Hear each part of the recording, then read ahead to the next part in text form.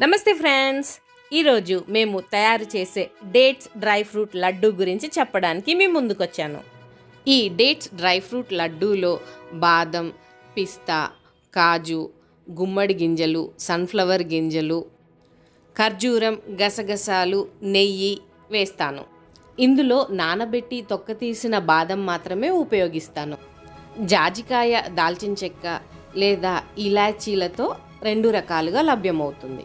Dates dry fruit లడ్డూలో ఉపయోగించే nuts అన్ని చిన్న ముక్కలుగా తరిగి వేస్తాను. కోర్స్ పౌడర్ చేసి లడ్డు చేసినప్పుడు అందులో ఏమేమి నట్స్ ఉపయోగించి చేశామో ఎగ్జాక్ట్గా ఏ వినియోగదారుడికి కూడా తెలియదు. ఇందులో తేనె, బెల్లం, చక్కెర, బ్రౌన్ షుగర్ లాంటివేవి ఉపయోగించము. పూర్తిగా ఖర్జూరంతోనే తయారు చేస్తాము. ఇది మైల్డ్గా ఉంటుంది, తీపిదనం. ఎక్కువ తీపి కావాలనుకుంటే ఎక్కువ ఖర్జూరం వేసి